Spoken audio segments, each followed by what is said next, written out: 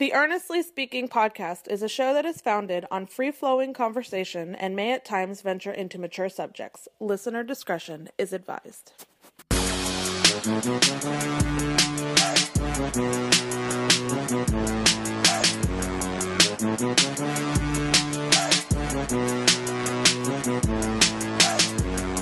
Earnestly podcast coming to you May 30th, 2023. Victory podcast here, reaction podcast. By the way, folks, we are expected to have a bunch of content on the feed this week. I got a bunch of things coming up, bunch of episodes scheduled this week, so look out for that. But I wanted to react to last night's the Miami Heat avoiding history, becoming the first team in NBA history to blow a 3-0 lead in an NBA playoff series and advance to the East Conference Finals. Oh, advance to the NBA Finals, rather. Winning the East Conference Finals in Boston in 7 games. I wanted to do it last night, but I was let's just say one. Last night I was too wired and too excited, and I probably would have been more as kind of coherent to have a proper reaction. So I figured let it sit a couple hours and sleep on it a little bit, and maybe gather some more thoughts about this. Because this is going to be a strictly Heat episode, real quick. Again, the first 8 seed, second 8 seed to go to the finals, but this is the first 8 seed that actually did it in the full season. A lot of the Knicks team, of course, in '99 went to the finals as an 8 seed.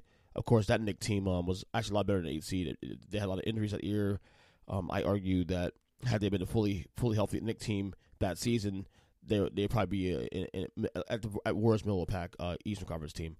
I actually find this situation more impressive because then the East was a little wide open. Like, you had Indiana was probably the only other team in the Eastern Conference at that time that was a real threat to the New York Knicks at that point. Yeah, I think that at that time in '99, the only other team in the Eastern Conference that was a weak East at that point. Because remember, that was after Jordan retired, a year after Jordan retired. Shaq had already moved to from Orlando to L.A. So you had, obviously, New York was really good. Indiana was probably the best team in the conference at that point. They were still that team trying to break through that glass ceiling to get to the NBA Finals, and they got there a year later. So I actually find what the Heat did this year in a full season, again, more impressive than '99, Knicks team. But again, we're not going to sit there and compare the stuff. I know a lot of Knicks fans will be pissed if I keep bringing that up, of course, bring up the fact that the Heat have been a more stable franchise since that time than the New York Knicks. But that's neither here nor there.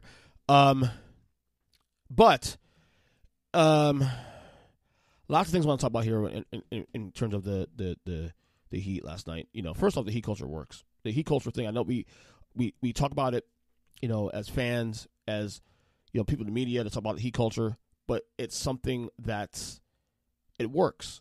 It just works, and this team, is very special.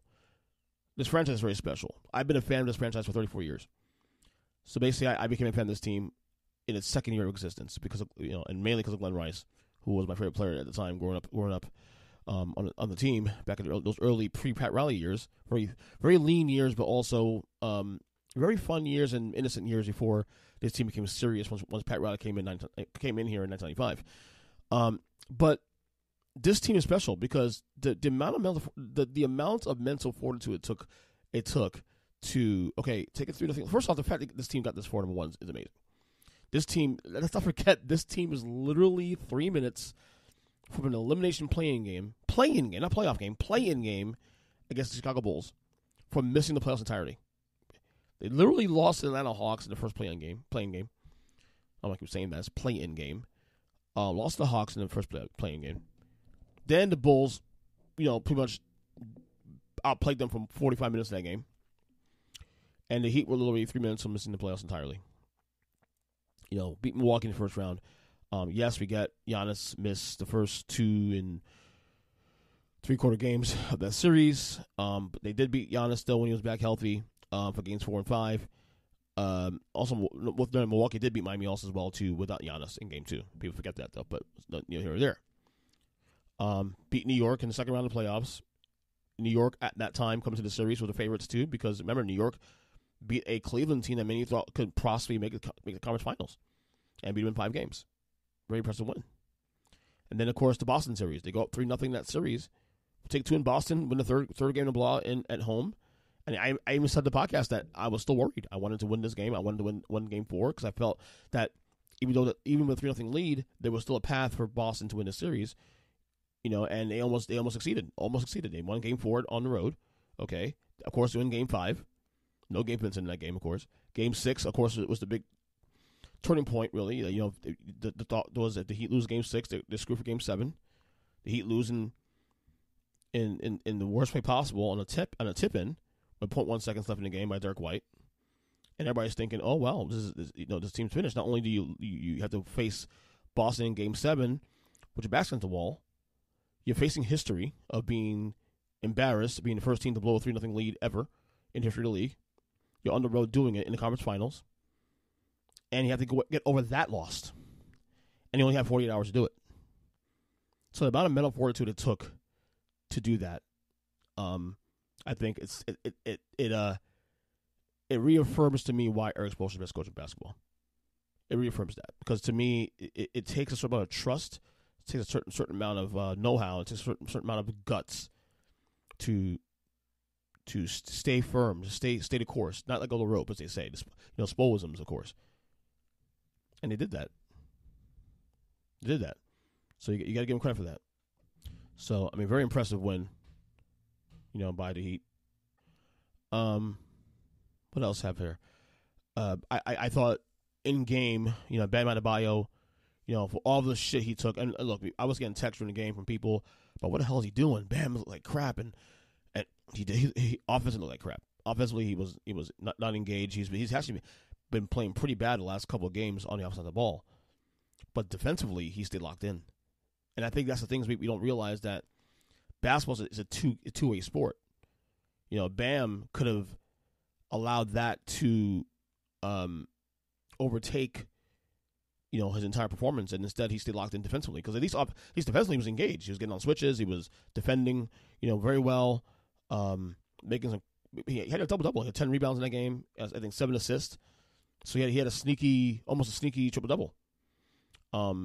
He had a really bad game on the outside of the ball. He stayed engaged, and again, that's credit to Erik Spoelstra and the culture you create here, is not letting go of the rope. And you may not play well on one side of the ball, but outside the ball you are staying engaged, and eventually you'll get your opportunities. And he had some opportunities late in the game to put that game away in the fourth quarter. So credit to him for that. Jimmy Butler, conference finals MVP. A lot of controversy around, not controversy, but a lot of folks thought that Caleb Martin should have won MVP. I certainly don't disagree. I don't necessarily have a strong horse in the race for that. I think Jimmy got it because he averaged more points in the series. He averaged close to 25 points a game, whereas Martin averaged 19. So I'm not going to sit there and say that he got it wrong. I was certainly Caleb Martin was fantastic, and without Caleb Martin, they don't win the series. But Jimmy Butler is the best player on the team, and everything goes through him. And the responsibility that he has to carry, not just as a scorer, but also as a shot provider and a leader and all that. I think that's what probably put him over the top to win the conference finals MVP.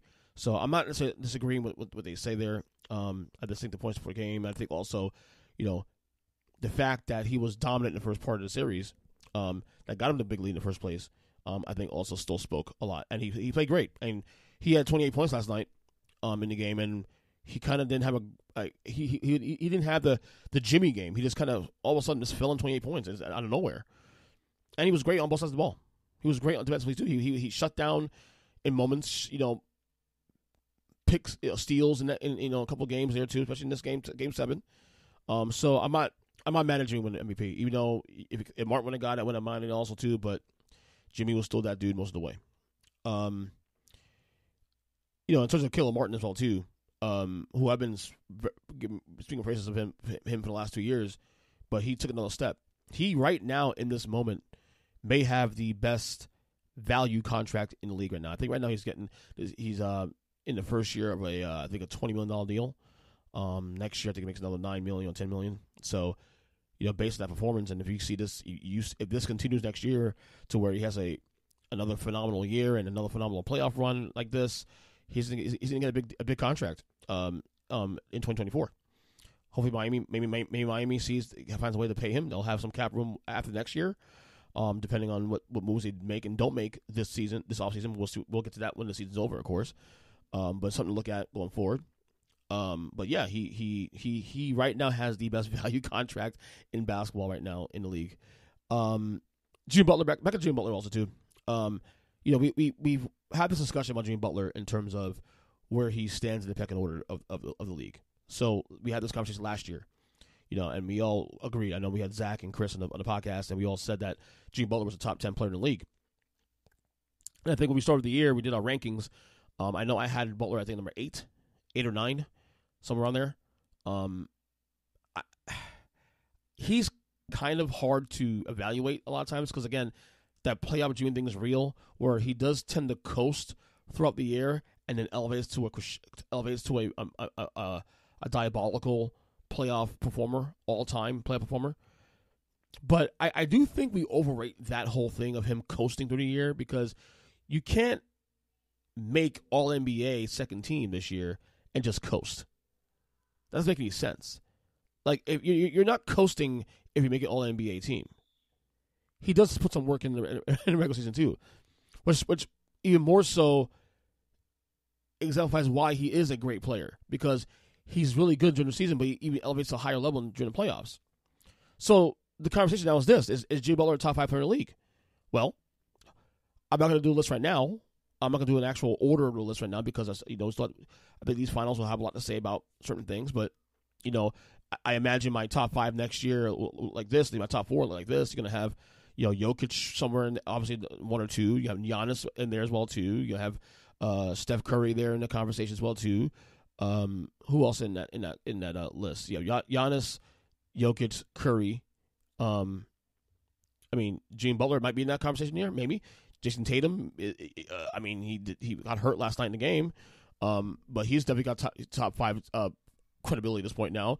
There's a lot of guys also in my top 5 last year who may not be there this year. Like, you had a guy like Luka who had he was first-time team All-NBA, but his team fell apart. I probably still put Luka in my top 5 still, but how about a guy like Kevin Durant, who's like number 2 on my list last year? He's out. He'll definitely out in my top 5 going to next year. So you got Joel Embiid, who's winning MVP this year, but he came out small-ish in the playoffs for the Sixers. So that's another situation there where, okay, well, do you take Butler or Embiid? I guess Embiid still will probably have an edge on Butler, I guess, maybe, but then Butler is a much better playoff performer, and he's been kind of better in the playoffs for a larger sample than him. So I think Butler has a conversation to be a top 5 player. I don't know if I'll put him there right now. I don't know. He's probably on the fringe. The upside of Tatum, of course, and he's younger. But again, when we do a ranking, it's about the now. And Jimmy Butler's been doing this now for 4 years now, where he's elevated his team, further than you would think. Last year, they were literally a shot miss from winning the finals last year. This year they get into a 44-win team and go to the play-in, almost losing the play-ins, miss the playoffs entirely, and then they go on the heater. I know, Jimmy Butler's complicated. He's definitely a top 10 player in the league. There's no question about that. But I think top 5 should be a discussion for Jimmy Butler. I think when we do our rankings next year, next season, whenever that will be, probably September, October, we're gonna have a conversation about that. We are. So just something to think about there. Also, this is Pat Riley's 19th finals as a player, coach, or executive. 19th final between the Lakers, the Knicks, and the Heat. That is 25% of finals all time. Pat Riley is probably gonna get a statue outside the arena. Was it now Kaseya Center, whatever, former FTX, formerly American Airlines Arena, whatever. Should probably rename it Pat Riley Arena. I don't know. But here's what I want to say about that. Pat Riley, and obviously I'm a Riley guy. This guy has changed. I've lived in South Florida since 1989. I've been a fan for this team since 1989. I've seen this franchise pre-Pat Riley. I was a diehard fan even before Pat Riley got here. The Lucia Fell, Billy Cunningham era. I've been here. Okay, I'm one of the originals. Remember when the Heat made the playoffs for the first time in franchise history. Remember that. 38-44 for 1992, when the Hawks beat the Cavs in the last game of the year. No, not Hawks. I'm sorry. The Cavs beat the Hawks, which helped us get to the NBA playoffs the first time as an 8 seed. Lost to the Bulls in that first round in 3 games. But that was still innocent times for me and as Heat fans back then too. CRA first, seeing the first winning season, first playoff berth, first division title, first all these first conference finals appearance and later on NBA finals and NBA finals winner championship and all that. And Pat Riley deserves all the credit for that, for not just of the work he did, but changing the culture. The Heat culture started with Pat Riley, and that started in 1995. This town was a football town. This town was dominated by the football. The Dolphins and the Canes dominated this region for a long time. And through the Riley years, now this goes on the counter to the fact that the Dolphins have not been good for a good chunk of the last 2 decades. They've been mediocre at best. The Panthers have been, congrats to the Panthers, obviously, making Stanley Cup, but they've been mostly bad in these 20 years. They're changing that around now, especially. The Canes have stunk since 2001, 2002, for the most part. They haven't been really that good. The Marlins won a couple of World Series, but around that, they've been pretty bad. The Miami Heat have been the one franchise in this town that's been consistent. They might win a title every year, but they're almost always in the playoffs, almost always making deep runs to the playoffs, sometimes winning the conference finals, sometimes winning the conference, sometimes winning the NBA finals. And Pat Riley gets full credit for that. But here's what I'll say about that, and this is where I'm going to I'm not even going to say to take Riley to task, because I don't think it's taking him to task. It's more sort of validating Erik Spoelstra here. As much credit to give Pat Riley for everything he's done to create this culture in Miami and what he's done, the stability foundation of that. Erik Spoelstra, specifically in the last 10 years, especially during the Big Three era and out of the Big Three era, and still keeping this team relevant post-LeBron. Every team LeBron leaves, they fall apart. They literally fall apart. Like the Cavs, when he left in 2010, they never recovered until LeBron went back there. And then when he left again in 2018, they fell apart again until they actually got drafted right, got Donovan Mitchell, of course, last past year, and now they're back to being a playoff team again. The Heat never fell apart. Like, even that first year, the Heat missed the playoffs when LeBron left. There were a lot of things that happened in between that. There was a lot of injuries there. Chris Bosh's health issues. Dwayne Wade had health issues too, especially as well. So they weren't healthy that year. And then when they got healthy for the second year after LeBron left, they were literally a game away from going to the conference finals that year. People forget that. Without Chris Bosh on the record. And meeting LeBron in those conference finals. That would have been a great series, honestly. Cavs and Heat, supposed to Cavs and Raptors, but that here or there. But the point is, even in the post-LeBron world, the Heat have continued to stay relevant and create an environment where players want to come here and reset their careers and want to win. And you finally found a guy in Jimmy Butler who I said on this show back in 2017, 2018, that guy is perfect for the Heat. He's literally the antithesis. He's literally the kind of player that literally mimics a Pat Riley, Erik Spoelstra player, NBA player. That is the absolute. If you had to create a person in the lab of what kind of player would Pat Riley want to lead his team, create in the lab, Jimmy Butler is that guy because of mindset. And Jimmy Butler going from team to team, going from Chicago to Minnesota to Philadelphia, and a lot of it, was because it wasn't good enough. Was the fact that he just his aura, I guess his attitude, I guess his behavior, not behavior, but just the way he was didn't fit those teams' cultures. Obviously, Minnesota's unstable, Chicago's been unstable post Jordan for now 25 plus years. Philadelphia's still trying to figure things out on their end. Miami was able to harness that and use that, and he was the nice extension, the perfect extension of Riley and Spoelstra. Erik Spoelstra deserves more credit now for these last 10 years, and especially post LeBron, than people give him, even more than Pat Riley. Is why I say Erik Spoelstra is the best coach of basketball. I've been on the Spoelstra bandwagon from I've been saying for years, and I got a conversation about this earlier today on social media about, the Spoelstra thing, and people say, oh, well, he's now, all of a sudden now he's doing great because, all this. No, you're talking to the wrong guy. I was the guy saying in 2013 that he was an elite coach. I didn't say he was number one. He was top five. I put him like there with Popovich and Steve Kerr's and Rick Carlisle's, those guys, back in the early 2000s. He deserves his flowers. And now he's now in a lot of ways, separated himself now from being, now he's the best coach of basketball. He deserves more credit for the things he's done for this team in this franchise in the last decade. And he's now the second most tenured coach in basketball behind Greg Popovich. He's been here as a head coach anyway. He's been here 15, 16 years.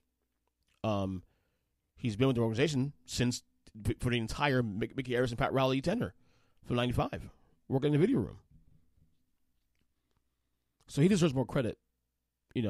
All this, the scouting and the finding these diamonds in the rough, that's all Spoelstra, dude. And I'm not saying Pat Riley has no involvement in that, but Pat Riley is really at this point a gatekeeper. The ground and pound work of this franchise continuing to stay relevant and continue to go to finals and conference finals and playoff regulars and all that, and finding ways to win despite it all. That's Erik Spoelstra, dude. That's Erik Spoelstra. That's to Riley's credit. That's the extension of Pat Riley as well too. But it's Erik Spoelstra now. This point now, he's now grabbed the baton and he's done it a long time ago. And I'm going to say something here. Kind of a bit of a hot take. I don't care. I don't give a damn. It involved LeBron. And this is something I've held on to for a couple of years. Never said it on the show necessarily, because I want to see that time pass and see if the story played out to be such. But by the point now where I feel like I can say this, and there's no question LeBron James is one of the greatest players of all time. I have number 2 on my list all time, and he's closer to Jordan than people give credit for. You already know how I feel about that argument. And LeBron has done things his own way. Started in Cleveland 7 years, came here, Miami for 4 years, back to Cleveland for 4 years, and now he's been in LA for the last 5. And that's his doing, and he has the right to do what he wants to do. I do feel like LeBron James, though, cheated himself of some stability, mainly leaving Erik Spoelstra. There is no question that of all the coaches that LeBron James played with throughout his career, Paul Silas, Mike Brown, Dave Blatt, Ty Lue, Frank Vogel, who else? Now Darvin Ham. Erik Spoelstra is the best coach he has ever played for. I don't know if he'll ever admit that, and that's fine. But as a basketball fan who knows the game of basketball, and many people say this too also, there was no coach that got more out of LeBron James as a player than Erik Spoelstra. And people forget that LeBron did things in Miami that he was not comfortable with. But Erik Spoelstra kind of forced it, kind of encouraged it, and LeBron acquiesced eventually. Like the whole small ball thing. You forget LeBron played the 4 here in Miami. The whole small ball thing that the Warriors have now made famous in the last decade with Draymond at center, Spoelstra started that up in 2011 with Bosh at center, LeBron playing the 4. That was Erik Spoelstra. And LeBron was reportedly not for it at first, but he bought in because he's a team guy, and he trusted it, and he got, to me, he had, his most efficient years in those 4 years of Miami Heat. I know people say, well, Cleveland years are pretty good too. Also, they were incredible. But to me, he was more efficient as a player in Miami, and I think because Erik Spoelstra got the most out of him. In fact, say what you want about that, whether you disagree with what I'm saying here, but LeBron literally trying to mimic the same model in Cleveland when he left Miami, the same Miami Heat model. And what he learned, I guess, obviously, is that while you may be able to do it on the short term, if you don't have stability from the top down, and then Dan Gilbert, let's be real, Dan Gilbert hasn't been proven to be a great owner, and the front office has been average at best, although they're not too terrible anymore now. But during his tenure, Dave Griffin's pretty good. But they're not Miami. They're not what Pat Riley and Spoelstra has accomplished for 30-something years, or close to 30 years, should I say. All this stuff about Heat culture, this is not a new thing. This has been something, it's been branded as such the last 10 years, but this is something that's been in place for nearly 30. So, again, I think LeBron, you look at elite players all the time. You think of Pat Riley and Magic Johnson. You think of, player-coach combinations. You think of Kobe and Phil Jackson. You think of Michael Jordan and Phil Jackson. You think of Greg Popovich and Tim Duncan. You think of Steve Kerr and Steph Curry. You think of all those combinations through the years. Stability, winning multiple titles, and doing it and trusting the culture. Now, obviously, it takes a lot of trust, and not just the coaching, but also the front office to get to make things work. Obviously, Golden State's proven that in the last 10 years. The Lakers proved that. In the 80s with Magic and Riley, they proved that. Jordan and Phil with Jerry Krause, especially one with Jerry Krause and how he handled things in the end, but he was still a great GM. Same with Kobe and Shaq in that front office in L.A. Kobe Shaq with Phil Jackson, of course, in L.A. I think LeBron James, look, he won 4 titles, and no one's going to take that away from him. Winning in L.A., winning in Cleveland. Of course, that Cleveland title was probably worth 2 titles, honestly. But I feel like if LeBron had stayed in Miami for long term and trusted Riley and the front office to build around him for 5-6 years going forward, I think he could have gotten more than 4 titles total out of that. Because number one, it's been more proven that Pat Riley and company have a knack to find players to work around what they have, the system they have. And for all the stuff he's done since the Miami in 2014, LeBron, winning 2 titles, one in L.A., one in Cleveland, there's been some wasted years. The first year in L.A. was a wasted year because he had the young players. The last 2 years prior to this trade this past season, was wasted years. They won the finals in 2020, but then those 2 years after that with AD's injuries and all that stuff were wasted years as well too. And I feel like Miami would have maximized those years better than any other franchise because they have proven to do so. They've created a culture again to bring players down here to play within the system and to also believe in what this thing is. So I feel like LeBron James in some ways cheated himself of a stable situation by not trusting in a front office. Again, he's a grown-ass man. He can do the hell he wants, and I respect him for it. But at the same time, I'm convinced that had he stayed in Miami, regardless of the Dwayne Wade situation, Chris Bosh's health issues, Miami always found a way to make it work. And the proof is in the results, obviously. This team's going to the second finals in 4 years in a parity league. They were in the 8th seed this year. They played in the third conference finals in 4 years. They're a playoff regular every season. They've proven that. They've been the epitome of stability in this league for a long time. Since LeBron left the Heat missed the playoffs only twice since then. It means something. So that's how I feel about that. As for the finals, we'll obviously have a preview later in the week for that. I'm not giving an official prediction because I am not going to screw myself this time around. I'm not going to not believe my team. I mean, I know I said before the series that no matter what happens, Denver's win the series, whether they play Boston, Miami. Maybe it's still the case, but I at this point, I'm not doubting my boys at this point.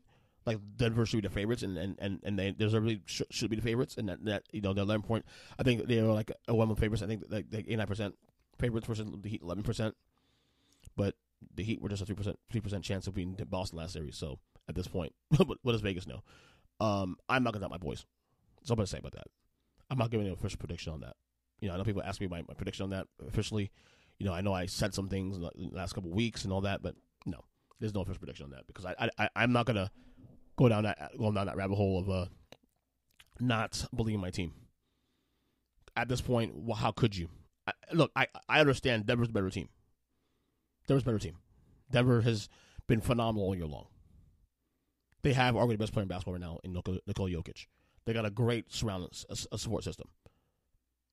I just don't feel comfortable doubting Erik Spoelstra and this culture and Jimmy Butler and what those boys do. What they just did yesterday literally after almost blowing a 3-0 lead in the series, then the game they lost in Game 6, was demoralizing loss as you can get. Turn around 48 hours later, and not just beat Boston on their home court in Boston in that environment, but do so and beat them down and blew them out. I'm not going to doubt my teams anymore. Look, bottom line, Heat culture works. It has worked. It'll continue to work going forward, as long as these guys are still in place. So, anyway, that's it for me there. Gonna be, of course, on EJ Christian 7 on Twitter, YouTube page at YouTube page, of course, at youtube.com/@EarnestChristian. Again, congrats to my boys, the Heat, for a job well done. Again, we have a lot of podcasts planned in the next 24, 48 hours, 72 hours. Looking for the content on the feed. And until then, we will talk soon. Again, go Heat, and we will talk to you guys later.